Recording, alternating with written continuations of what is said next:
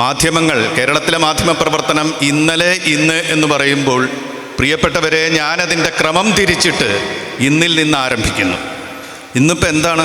ഇവിടെ പല പ്രസംഗകരും പരാമർശിച്ചു, കേരളത്തിൽ അതിദാരിദ്ര്യ വിമുക്തി ഒരു സർക്കാർ പരിപാടിയിലൂടെ നടപ്പായി എന്ന് പ്രഖ്യാപിക്കപ്പെട്ടിരിക്കുന്നു. ഏത് സർക്കാർ പരിപാടിക്കും സ്വരാജ് ചൂണ്ടിക്കാണിച്ചതുപോലെ പരാജയങ്ങളുണ്ടാകും.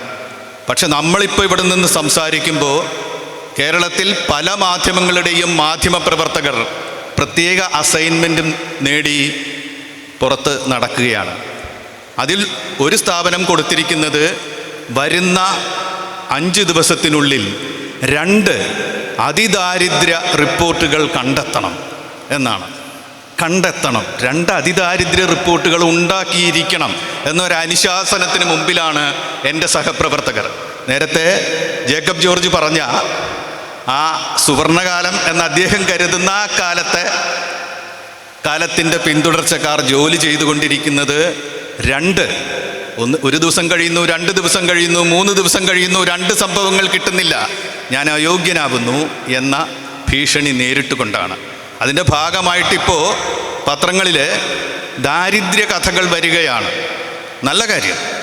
അങ്ങനെയെങ്കിലും അവരുടെ ക്യാമറകളും അവരുടെ പേനകളും ദാരിദ്ര്യത്തെ അഭിസംബോധന ചെയ്യട്ടെ, നല്ല കാര്യം. പക്ഷെ ശ്രദ്ധിച്ചാൽ അറിയാം, ഈ അതിദാരിദ്ര്യ ആ ലിസ്റ്റിൽ നേടാൻ അർഹതയില്ലാത്തവരാണ് അവർ ആ പട്ടികയിൽ അവതരിപ്പിച്ചു കൊണ്ടിരിക്കുന്നത്. സർക്കാരിൻ്റെ ഒരാനുകൂല്യങ്ങളും ഇതുവരെ കിട്ടാതെ കിടക്കുന്നവർ, ഒരു രേഖയിലും ഇടമില്ലാത്തവർ, പണിയെടുത്തോ സർക്കാരിൻ്റെ ക്ഷേമ പരിപാടികൾ വഴിയോ അന്നം കിട്ടാത്തവർ, അവരിൽ ഇപ്പറയുന്നത് പോലെ ഇത്രയും പേരെ കണ്ടെത്തി സഹായിച്ചു. അതിദാരിദ്ര്യം അച്ചീവ് ചെയ്തു എന്ന് കേരളത്തിൻ്റെ പ്രഖ്യാപനം റിപ്പോർട്ട് ചെയ്യുന്ന അത് ഒരു ലിറ്റ്മസ് ടെസ്റ്റായി നമ്മൾ എടുത്താൽ എന്താണ് കാണുന്നത്? ഒരു 30ഓളം കൊല്ലം മുമ്പ് ബാലചന്ദ്രമേനോൻ്റെ ഒരു സിനിമ പുറത്തിറങ്ങി നമ്മുടെ നാട്ടിൽ. അതിൽ നമ്മുടെ ആനി ആദ്യമായിട്ട് അഭിനയിച്ച സിനിമ. അതിൽ ആനി ആൺവേഷം കെട്ടി പ്രവർത്തിക്കുന്ന ഒരു പെൺകുട്ടിയായിട്ടാണ് അതിൽ വരുന്നത്.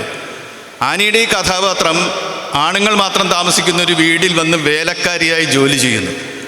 അവിടെ ഇവളെ എപ്പോഴും കുറ്റപ്പെടുത്തുകയും ശകാരിക്കുകയും നിന്ദിക്കുകയും ചീത്ത പറയുന്ന, ഇവളെയല്ല ഇവനെ, ആ ക്യാരക്ടറിനെ ചീത്ത പറയുകയും ചെയ്യുന്ന ജഗതിയുടെ കഥാപാത്രത്തെ നമ്മൾ മറന്നിരിക്കില്ല. അപ്പോൾ ഒരു ദിവസം ജഗതി വന്ന് ചോദിക്കുന്നു, നീ വീട്ടിലെ വേലക്കാരനാണ്? അതെ, വേലക്കാരനാണ്. വേല ചെയ്യലാണ് നിൻ്റെ ജോലി? അതെ, അതാണ്. നീ എന്നിട്ട് എന്താണ് ഇവിടെ ഇരുന്നിരുന്നത്? കാലും കയറ്റി. ഞാൻ എല്ലാ ജോലിയും ചെയ്തു. എന്തൊക്കെ ചെയ്തു? തുണി അലക്കി, മറ്റേ നിലം തുടച്ചു, അടിച്ചു, ഭക്ഷണം വെച്ചു. അല്ല എന്ന് പറഞ്ഞ് കാർക്കിച്ച് ജഗതിയുടെ കഥാപാത്രം അവിടെ തുപ്പുന്നു. ഇത് തുടയ്ക്കുക. എൻ്റെ ജോലി തുപ്പുക എന്നതാണ്, നിൻ്റെ ജോലി തുടയ്ക്കുക എന്നതാണ്. നിൻ്റെ ജോലി തീർന്നിട്ടില്ല, ഇതോ ഒരു ജോലി ചെയ്യേ എന്ന് പറയുന്നുണ്ട്. പ്രിയപ്പെട്ടവരെ, കേരളത്തിൽ അതിദാരിദ്ര്യം തീർന്നിട്ടില്ല, ഇതാ എന്ന് പറഞ്ഞ് കേരള ജനതയുടെ അഭിമാനബോധത്തിൻ്റെ ഉമ്മറത്ത് പത്രങ്ങളിലൂടെയും ടെലിവിഷൻ വാർത്തകളിലൂടെയും കുറേ മാധ്യമങ്ങൾ കാർക്കിച്ചു തുപ്പിക്കൊണ്ടിരിക്കുകയാണ്. ഞങ്ങളുടെ ജോലി കാർക്കിച്ചു തുപ്പുക എന്നതാണ്. നിങ്ങളുടെ ജോലി, സർക്കാരിൻ്റെ ജോലി, ഈ ജനതയുടെ ജോലി അത് തുടയ്ക്കുക എന്നുള്ളതാണ്. നിങ്ങൾ തുടയ്ക്കൂ. ഇന്ന് ഞാൻ കണ്ട പത്രത്തിൽ ഇന്ന് 8 തുപ്പാണുള്ളത്. വേറെയും പത്രങ്ങളിൽ വേറെയും തുപ്പുകളുണ്ടാവാം, വേറെയും ടെലിവിഷനുകളിൽ വേറെയും തുപ്പുകളുണ്ടാവാം. ഈ സ്ഥിതിയിലാണ് നമ്മൾ നിൽക്കുന്നത്. എവിടെയൊക്കെ ആണ് നമ്മൾ എത്തിയിരിക്കുന്നത് ഈ ഘട്ടത്തിൽ എന്ന് സൂചിപ്പിച്ചുകൊണ്ട് വേണം നമ്മൾ ഇന്നലെ നോക്കാൻ. ആ ഇന്നലെ എന്ന് പറയുന്ന നീണ്ട ഒരു ഘട്ടത്തിൻ്റെ അന്ത്യകാലത്തെ ചിത്രമാണ് നേരത്തെ ജേക്കബ് ജോർജ് വരച്ചു കാട്ടിയത്. അഭിമാനബോധത്തോടെ പണിയെടുക്കാൻ ശ്രമിച്ചിരുന്ന വാർത്താപ്രവർത്തകർ, മത്സരമുണ്ടെങ്കിലും ചിലപ്പോഴൊക്കെ ജീർണതയിലേക്ക് പോകാൻ വിസമ്മതിച്ചിരുന്ന പത്രപ്രവർത്തകർ, പത്രം പരാജയപ്പെടുന്നുണ്ട് എന്ന് തോന്നുമ്പോഴും അതിനെ രക്ഷിക്കാൻ ശ്രമിച്ച മാധ്യമ നടത്തിപ്പുകാർ. ആ കാലം അവസാനിച്ചു എന്നതാണ് എൻ്റെ ഒരു എളിയ ദർശനം. നമുക്കറിയാം 1847 ഗുണ്ടട്ട് രാജ്യസമാചാരം തുടങ്ങിയപ്പോൾ നമ്മുടെ പത്രപ്രവർത്തനം ആരംഭിച്ചു. അത് ഒരു മതപത്രമായിരുന്നു, മതകാര്യങ്ങൾക്ക് വേണ്ടിയാണ് ഇറങ്ങിയത്. അതിൽ പോലും ജനങ്ങൾ അറിയേണ്ട പുറം നാടുകളിലെ പല വാർത്തകളും കൊടുക്കാനിടവന്നു. അത് കഴിഞ്ഞ് നവോത്ഥാന നായകന്മാർ പ്രസിദ്ധീകരണങ്ങൾ കൈകാര്യം ചെയ്തു. അത് കഴിഞ്ഞ് സ്വാതന്ത്ര്യ സമര സേനാനികൾ തന്നെ അവരുടെ പ്രസിദ്ധീകരണങ്ങളും കൈകാര്യം ചെയ്തു. നേരത്തെ സ്വരാജ് ചൂണ്ടിക്കാണിച്ചതുപോലെ രാജഭരണത്തെ പ്രകീർത്തിക്കുകയും ബ്രിട്ടീഷ് സാമ്രാജ്യത്തെ പുകഴ്ത്തുകയും ചെയ്ത പത്രങ്ങളും അതേ കാലത്തുണ്ടായിരുന്നു. ഇവരെല്ലാവരും ആര് മുതലാളിയായാലും ആര് പത്രം നടത്തിയാലും അത് ജനങ്ങളുടെ കുറെ കാര്യങ്ങൾ വിളിച്ചു പറയുന്നുണ്ട് എന്ന ഒരു പൊതുപ്രതീതി നമുക്കെല്ലാവർക്കും ഉണ്ടായിരുന്നു. അങ്ങനെയാണ് ജേർണലിസത്തെ പത്രപ്രവർത്തനം എന്ന വാക്ക്, പത്ര തൊഴിലാളി എന്നല്ല നമ്മൾ പറയുന്നത്, പത്രപ്രവർത്തനമാണ്. അതിന് സാമൂഹ്യ പ്രവർത്തനം പോലെ വിവരാവകാശ പ്രവർത്തനം പോലെ ഒരു പദവി ഉണ്ട് എന്ന് നമ്മൾ കരുതിയിരുന്നു. ആ കാലത്ത് എന്തായാലും വാർത്തയുടെ സാമൂഹിക മൂല്യത്തിനൊരു പ്രാധാന്യമുണ്ടായിരുന്നു. വാർത്തയുടെ വിൽപ്പന മൂല്യത്തിനല്ല, സാമൂഹ്യ മൂല്യത്തിന് പ്രാധാന്യമുണ്ടായിരുന്നു. വൈകിയ വേളയിലേക്ക് ഞാൻ ഉദാഹരണങ്ങൾക്കൊന്നും പോകുന്നില്ല. പക്ഷേ ഈ കാലം അവസാനിച്ചു തുടങ്ങി എന്ന് കഴിഞ്ഞ നൂറ്റാണ്ടിൻ്റെ അവസാനം തന്നെ നോം ചോംസ്കിയെ പോലുള്ള മാധ്യമ നിരൂപകർ കൂടിയായ വ്യക്തിത്വങ്ങൾ നമ്മളോട് വിളിച്ചു പറഞ്ഞിട്ടുണ്ട്. സ്വരാജ് നേരത്തെ അത് പറയുകയുണ്ടായി, ഞാൻ കൂട്ടിച്ചേർക്കുകയാണ്. അന്നത്തെ കാലത്ത്, കഴിഞ്ഞ നൂറ്റാണ്ടിൻ്റെ അവസാന കാലത്ത് അമേരിക്കയിലെ മാധ്യമങ്ങളെ പഠിച്ചുകൊണ്ട് അദ്ദേഹം പറഞ്ഞു, മാധ്യമങ്ങൾക്ക് 5 അരിപ്പയുണ്ട്. അതിൻ്റെ ഉള്ളടക്കങ്ങൾ നമ്മളിലേക്ക് എത്തുന്നത് എങ്ങനെയാണ് എന്ന് തീരുമാനിക്കുന്നതിൽ ഉടമയുണ്ട്. എവിടെ നിന്നാണ് ഉടമയ്ക്ക് ധനം, ഉടമയുടെ പോക്കറ്റിൽ നിന്ന് മാത്രമല്ലല്ലോ, എവിടെ നിന്നൊക്കെയാണ് ധനം വരുന്നത് എന്ന ഘടകമുണ്ട്. ആരാണ് വാർത്തകൾ കൊടുത്തുകൊണ്ടിരിക്കുന്നത്, വാർത്താ ഉറവിടങ്ങൾ ആരാണ്, ആരുടെ ഉറവിടങ്ങളിൽ നിന്നാണ് വാർത്ത എടുക്കുന്നത് എന്ന കാര്യമുണ്ട്. ഏതൊക്കെയാണ് നാട്ടിലെ സമ്മർദ്ദ ശക്തികൾ എന്ന കാര്യമുണ്ട്. 5ാമതായിട്ട് പറഞ്ഞു, നാട്ടുനടപ്പ്, പ്രത്യയശാസ്ത്രം എന്ന് പറയുന്നൊരു കാര്യവും കൂടി ഉള്ളടക്കത്തെ ഉൾക്കൊള്ളുന്നുണ്ട് എന്ന് പറഞ്ഞു. അദ്ദേഹം തന്നെ അതിൻ്റെ കൂടെ കൂട്ടിച്ചേർത്തു, അമേരിക്കയിൽ ആ പ്രത്യയശാസ്ത്രം അമേരിക്കയിലെ കമ്മ്യൂണിസ്റ്റ് വിരുദ്ധതയാണ് എന്നും പറഞ്ഞു. അത് അവിടുന്ന് പോയി എവിടെയൊക്കെ എത്തി. പിന്നീട് സാമൂഹ്യ മാധ്യമങ്ങളിലൂടെ അപർണ അത് പരാമർശിക്കുകയുണ്ടായി. സാമൂഹ്യ മാധ്യമങ്ങളിലൂടെ രാഷ്ട്രീയത്തെ പോലും നിയന്ത്രിക്കാം എന്ന നിലയിലേക്ക് വന്നു. അന്ന് ലോകം വിക്കിപീഡിയയുടെ വിക്കിയും റിയാലിറ്റിയുടെ യാലിറ്റിയും ചേർന്ന് വിക്കിയാലിറ്റി എന്നൊരു പ്രതിഭാസമുണ്ട് എന്ന് പറഞ്ഞു. റിയാലിറ്റിയേക്കാൾ ശക്തമാണത്. ഒരു കാര്യം സാമൂഹ്യ മാധ്യമങ്ങളിലൂടെ നിങ്ങൾക്ക് നിരന്തരം എത്തിച്ചാൽ യാഥാർത്ഥ്യം അവിടെ ക്ഷീണിച്ചു നിൽക്കും. ഈ വിക്കിയാലിറ്റി, ഈ സമാന്തര മാധ്യമങ്ങളിലൂടെ നമുക്ക് കിട്ടിയ യാഥാർത്ഥ്യമെന്ന് നമ്മൾ കരുതുന്ന നുണയ്ക്ക് ശക്തി വരും എന്നൊരു വാക്ക് വന്നു. പിന്നീട് ഒരു വാക്ക് വന്നു, മീഡിയാക്രസി.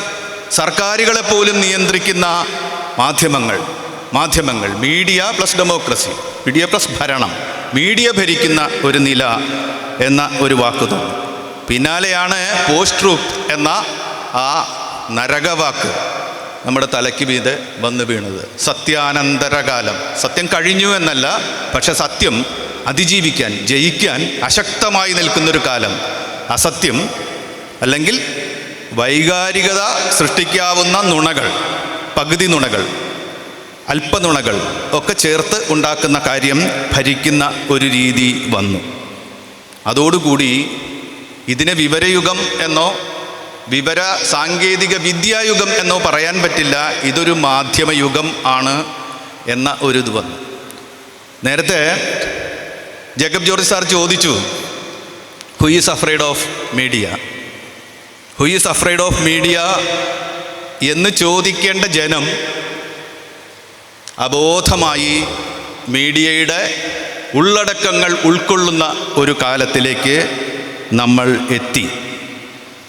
ഇത് മാനേജ്ഡ് ഡെമോക്രസിയുടെ, ഗൈഡഡ് ഡെമോക്രസിയുടെ കാലമാണ് എന്ന സ്ഥിതിയിലേക്ക് നമ്മൾ എത്തി.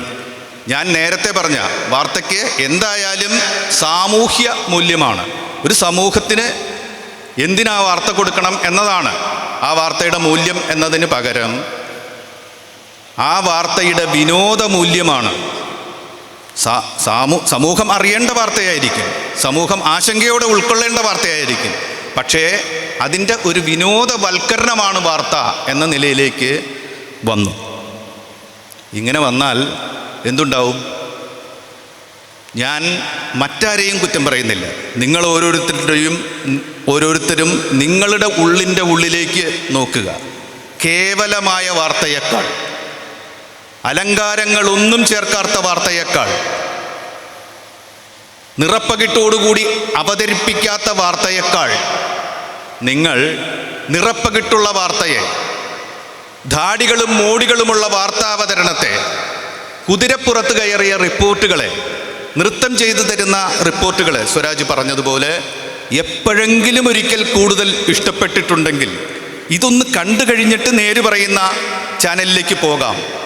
ഈ പത്രം എടുത്ത് വായിച്ചു കഴിഞ്ഞിട്ട് നേര് പറയുന്ന പത്രത്തിലെ വാർത്ത എന്താണ് എന്ന് അപ്പുറത്തെ വീട്ടുകാരനോട് ചോദിക്കാം എന്ന ഒരു നിലപാട് ഒരു മണിക്കൂറെങ്കിലും നമ്മളെ ഭരിച്ചിട്ടുണ്ടെങ്കിൽ, ഒരു ദിവസമെങ്കിലും നമ്മളെ ഭരിച്ചിട്ടുണ്ടെങ്കിൽ, പല മണിക്കൂറുകളിലും പല ദിവസങ്ങളിലും നമ്മളെ ഭരിച്ചിട്ടുണ്ടെങ്കിൽ, പ്രിയപ്പെട്ടവരെ, who is afraid of media എന്ന് ചോദിക്കേണ്ട ജനം എന്താണ് പറയേണ്ടത്? ഞങ്ങൾ മാധ്യമങ്ങളുടെ അടിമകളാണ് എന്ന് പറയേണ്ട സ്ഥിതിയിൽ എത്തിയിരിക്കുന്നു എന്നാണ് അർത്ഥം. ഇതാണ് മാധ്യമങ്ങൾ ഈ കാലത്ത് സൃഷ്ടിക്കുന്ന അടിമത്തം. ഷേക്സ്പിയറിൻ്റെ നാടകങ്ങളിൽ വിജയികളായ രാജാക്കന്മാർ ദിഗ്വിജയം നടത്തി തിരിച്ചു വരുമ്പോൾ അവരുടെ രഥങ്ങൾക്ക്, വിജയികളായ രാജാക്കന്മാരുടെ സേനയിലെ രഥങ്ങൾക്ക് ചുറ്റും കയ്യിൽ കയറ് കെട്ടി ഇട്ട് വലിച്ചോ നടത്തിയോ ഓടിച്ചോ കൊണ്ടുവരുന്ന അടിമകളുടെ ഒരു സഞ്ചയമുണ്ടാകും. വിജയിയുടെ രഥത്തിൽ കെട്ടിയിട്ട അടിമകളെപ്പോലെ നമ്മൾ ഈ പ്രതാപമുള്ള, പദവിയുള്ള, വിലോഭനീയതയുള്ള മാധ്യമങ്ങൾക്ക് പിറകെ പോകുന്നുണ്ടെങ്കിൽ നമ്മൾ ഒരു നഷ്ടപ്പെട്ട ജനതയാണ്, കീഴടക്കപ്പെട്ട ജനതയാണ്. അല്ലെങ്കിൽ കീഴടക്കപ്പെട്ടുകൊണ്ടിരിക്കുന്ന ഒരു ജനതയാണ് എന്നെങ്കിലുമുള്ള സ്വയം വിമർശന ചിന്ത നമ്മളെ ഭരിക്കുന്നില്ലെങ്കിൽ ഇപ്പോൾ നമ്മളൊരു ജനത എന്ന പേരിന് അർഹമല്ല എന്നാണ് ഞാൻ വിചാരിക്കുന്നത്. പത്രപ്രവർത്തനത്തിന്, വാർത്തയ്ക്കൊരു നേരത്തെ പറഞ്ഞ പോലെ ഒരു നരക നിർവചനമുണ്ട്. അത് ഡാണ എന്ന് പറയുന്ന ഒരു അമേരിക്കൻ എഡിറ്റർ നൽകിയതാണ്. നിങ്ങളൊക്കെ കേട്ടിട്ടുണ്ടാവും, when a dog bites a man that is not news. ഒരു പട്ടി ഒരാളെ കടിച്ചാൽ ദാറ്റ് ഈസ് നോട്ട് ന്യൂസ്, അത് വാർത്തയല്ല എന്നാണ് പറയുന്നത്. But when a man bites a dog that is news. ഒരു മനുഷ്യൻ പട്ടിയെ കടിച്ചിട്ടുണ്ടോ, അതാണ് വാർത്ത. ഇത് രണ്ടും കൂടി കിട്ടിയാൽ എന്നാണ് പറയുന്നത്. നമുക്കറിയാം പട്ടികൾ മനുഷ്യരെ കടിക്കുന്നത് നമുക്ക് വാർത്തയാവുന്നുണ്ട്. പക്ഷെ എവിടെയെങ്കിലും ഒരു മനുഷ്യൻ പട്ടിയെ കടിക്കുന്നുണ്ടോ എന്ന് നിങ്ങൾ നോക്കിക്കൊണ്ട് നിൽക്കുക, ആ വാർത്ത മാറ്റി വെച്ചിട്ട് എന്ന് പറയുന്ന ഒരു നിർവചനമാണ് ഇത്. ഞാൻ അദ്ദേഹത്തിനൊരു മറുപടി എഴുതിയിട്ടുണ്ട്.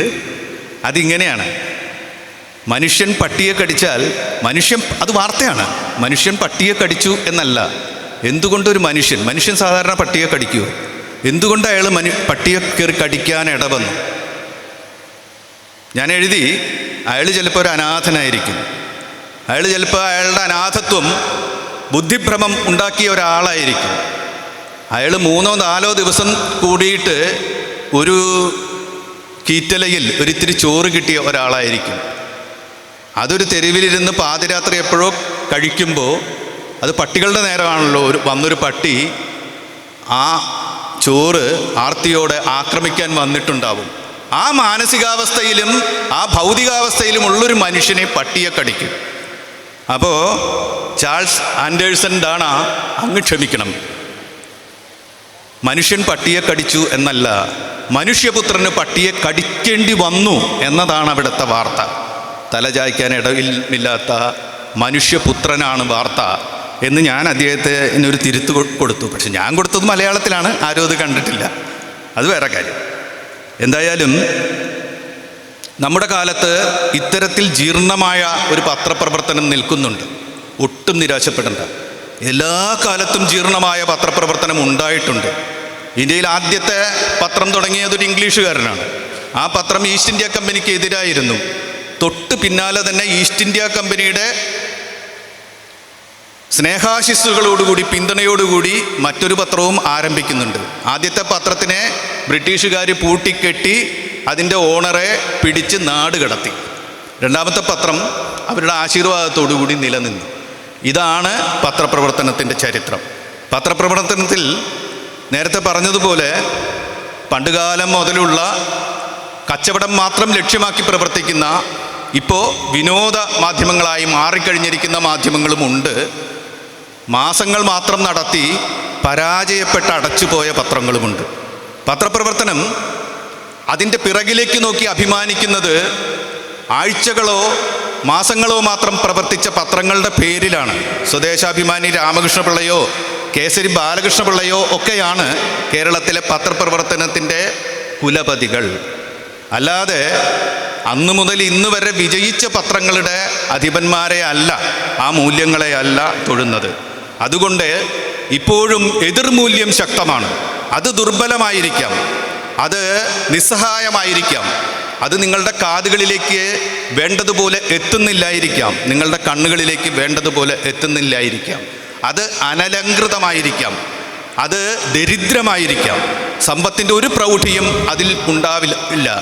പക്ഷേ നരകത്തിലെത്തിയ ധർമ്മപുത്രരെ പോലെ, അല്ലെങ്കിൽ നരകവാതിൽക്കലെത്തിയ ഓർഫ്യൂസിനെ പോലെ ഞാൻ ഇവിടെ തന്നെ നിൽക്കും, ഈ നരകത്തിലുള്ളവരുടെ കൂടെ എന്ന മട്ടിൽ നിങ്ങൾ ആ ദരിദ്രമായ നേരുള്ള വാർത്തകൾക്കൊപ്പം നിൽക്കാൻ തയ്യാറാവണം എന്നുകൂടിയാണ് EMSൻ്റെ ഓർമ്മ പേറുന്ന ഈ വേദിയിൽ നിന്ന് എനിക്ക് പറയാനുള്ളത്. ഓർഫ്യൂസ് പറഞ്ഞതുപോലെ ഈ നരകവാതിൽ തുറക്കുന്നതുവരെ, നരകത്തിലുള്ള എൻ്റെ പ്രിയപ്പെട്ടവൾ പുറത്തു വരുന്നത് പോലെ ഞാൻ ഇവിടെ നിന്ന് പാടും എന്ന് ഓരോ ജനങ്ങളും തീരുമാനിച്ചാൽ, ഓരോ ജനത്തിൽ ഓരോരുത്തരും തീരുമാനിച്ചാൽ മാത്രമേ ഈ കെട്ട പത്രപ്രവർത്തന കാലത്തെ അതിജീവിക്കാൻ നമുക്ക് കഴിയുള്ളൂ. ഞാൻ ഒന്നുകൂടി പറയും, എന്തുകൊണ്ടാണ് നമ്മുടെ പത്രങ്ങൾ മുമ്പത്തേക്കാളേറെ അധാർമികതകളിൽ അഭിരമിക്കുന്നത്? എന്തുകൊണ്ടാണ് നമ്മുടെ ജനപദം ഒരു വലിയ അഭിമാനം നേടുമ്പോൾ ആ അഭിമാനത്തിൻ്റെ 1000-1 പോലും പങ്കിടാതെ അതിനെ അപകീർത്തിപ്പെടുത്തുന്ന തരത്തിലേക്ക് ഇവർ പോയിക്കൊണ്ടിരിക്കുന്നത് എന്ന് ചോദിക്കുമ്പോൾ, ഇന്നത്തെ പത്രത്തിൽ ഒരു പ്രശ്നമുണ്ട്. പരസ്യമാണ് അതിനെ നന്നാക്കുന്നതും അതിനെ ഈ പറയുന്ന നിറപ്പകിട്ടുള്ളതാക്കുന്നതും പരസ്യമാണ് അതിൻ്റെ മൂല്യങ്ങളെ നശിപ്പിക്കുന്നത്. നമ്മുടെ രാഷ്ട്രപിതാവ് ആവർത്തിച്ച് പറഞ്ഞുകൊണ്ടിരുന്ന കാര്യം, ആളുകൾ പരസ്യം കൊടുക്കരുത്, കച്ചവടക്കാർ പരസ്യം കൊടുക്കരുത്, പത്രങ്ങൾ പരസ്യം അടിക്കരുത് എന്നാണ്. അദ്ദേഹം അങ്ങനെ പരസ്യമില്ലാതെ പത്രം നടത്താൻ ശ്രമിച്ചൊരു മനുഷ്യനാണ്. പക്ഷേ അദ്ദേഹം തന്നെ പിന്നീട് നിലനിൽപ്പിന് വേണ്ടി വിട്ടുവീഴ്ചകൾ ചെയ്യുകയും ധാർമ്മികമായ പ്രശ്നമില്ലാത്ത പരസ്യങ്ങൾ ഞാൻ സ്വീകരിക്കും എന്ന് പറഞ്ഞു. പക്ഷേ പരസ്യങ്ങൾ കൊണ്ട് മാത്രം നിലനിൽക്കുകയും വളരുകയും ചെയ്യുന്ന ഒരു ബിസിനസ് മോഡലിനെയാണ് നമ്മൾ മാധ്യമങ്ങൾ എന്ന് വിളിക്കാൻ തുടങ്ങിയത്. അതതിൻ്റെ ജീർണ മുതലാളിത്തത്തിൻ്റെ ഈ കാലത്ത് അതതിൻ്റെ ഏറ്റവും വലിയ തീവ്രതയിലേക്ക് എത്തിയിരിക്കുന്നു.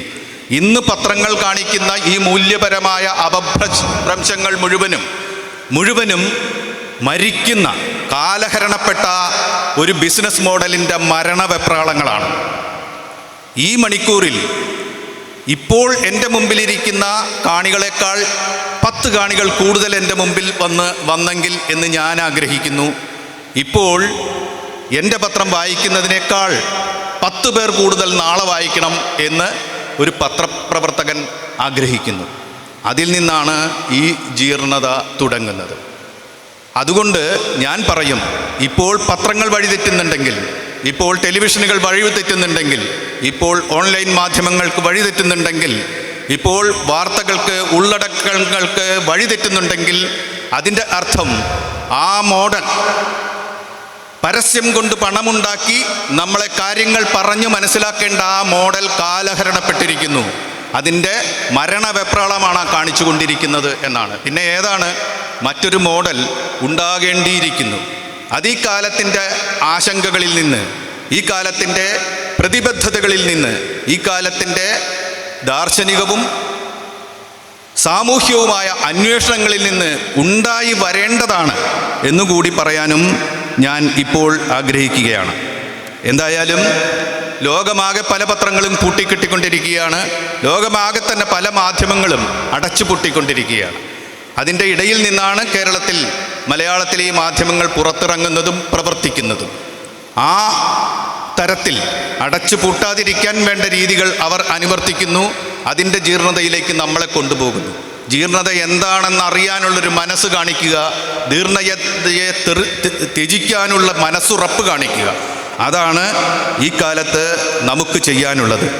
എങ്കിൽ മാത്രമാണ് EMS മാധ്യമ മേഖലയിൽ കണ്ട സ്വപ്നങ്ങൾ പൂർത്തീകരിക്കാൻ കൂടി കഴിയുകയുള്ളൂ എന്ന് ഞാൻ പറഞ്ഞു വയ്ക്കുകയാണ്.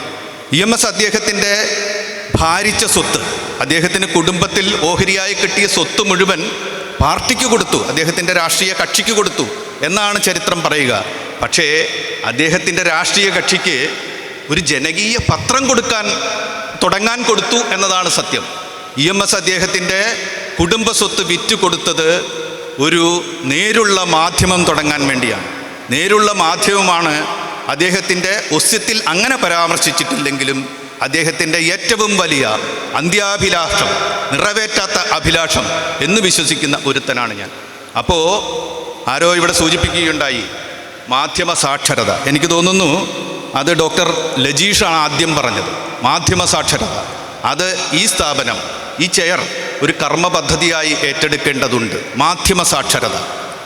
പല മാധ്യമങ്ങൾക്കും മാധ്യമ സാക്ഷരത ഇല്ല എന്നൊക്കെ ആളുകൾ തെറ്റായി പറയുന്നത് ഞാൻ കേട്ടിട്ടുണ്ട്. മാധ്യമ സാക്ഷരത എന്ന് പറഞ്ഞാൽ ഒരു മാധ്യമ ഉള്ളടക്കം അതെങ്ങനെ വന്നു, അത് സ്വീകാര്യമാണോ അല്ലയോ എന്ന് തിരിച്ചറിയാൻ മനുഷ്യനുള്ള കഴിവാണ്, വായനക്കാരനുള്ള കഴിവാണ്, പ്രേക്ഷകനുള്ള കഴിവാണ്, കമ്പ്യൂട്ടർ ഉപഭോക്താവിനുള്ള കഴിവാണ്. ഒരു മാധ്യമത്തിൽ ഒരു ഉള്ളടക്കം കണ്ടാൽ ആ ഉള്ളടക്കം എന്തുകൊണ്ടാണ് അങ്ങനെയായത്, അതിൽ ഉടമയുടെ താല്പര്യം പ്രവർത്തിച്ചിട്ടുണ്ടോ, അതിൽ ഉടമയുടെ സാമ്പത്തിക താല്പര്യങ്ങൾ പ്രവർത്തിച്ചിട്ടുണ്ടോ, അതിൽ ആ വാർത്ത നൽകിയ ഉറവിടങ്ങളുടെ താല്പര്യങ്ങളുണ്ടോ, ആ വാർത്ത ഏറ്റുവാങ്ങേണ്ട സമൂഹത്തിലെ സമ്മർദ്ദ ശക്തികൾക്ക് വഴങ്ങിയാണോ ആ മാറ്റർ അങ്ങനെ ആയിട്ടുള്ളത് എന്ന് വാർത്ത മുതൽ വിനോദമടക്കം, കാർട്ടൂണടക്കം, പരസ്യമടക്കം എന്തും ഒരു ഉള്ളടക്കം എന്തുകൊണ്ട് അങ്ങനെയായി എന്ന് മനുഷ്യർക്ക് തീരുമാനിക്കാൻ കഴിയുമ്പോഴാണ് അയാൾ സാക്ഷരനായി എന്ന് പറയാൻ കഴിയുക. മാധ്യമ സാക്ഷരനായി. ആ മാധ്യമ സാക്ഷരത പകരൻ ഒരു വലിയ കർമ്മപദ്ധതിയായി ഏറ്റെടുക്കാൻ EMS ചെയറിന് കഴിയട്ടെ. അതിനുള്ള കോഴ്സുകൾ ഡിസൈൻ ചെയ്യാനും അതിനുവേണ്ടിയുള്ള ഗവേഷണങ്ങളെ പ്രോത്സാഹിപ്പിക്കാനും ഈ ചെയറിന് കഴിയട്ടെ.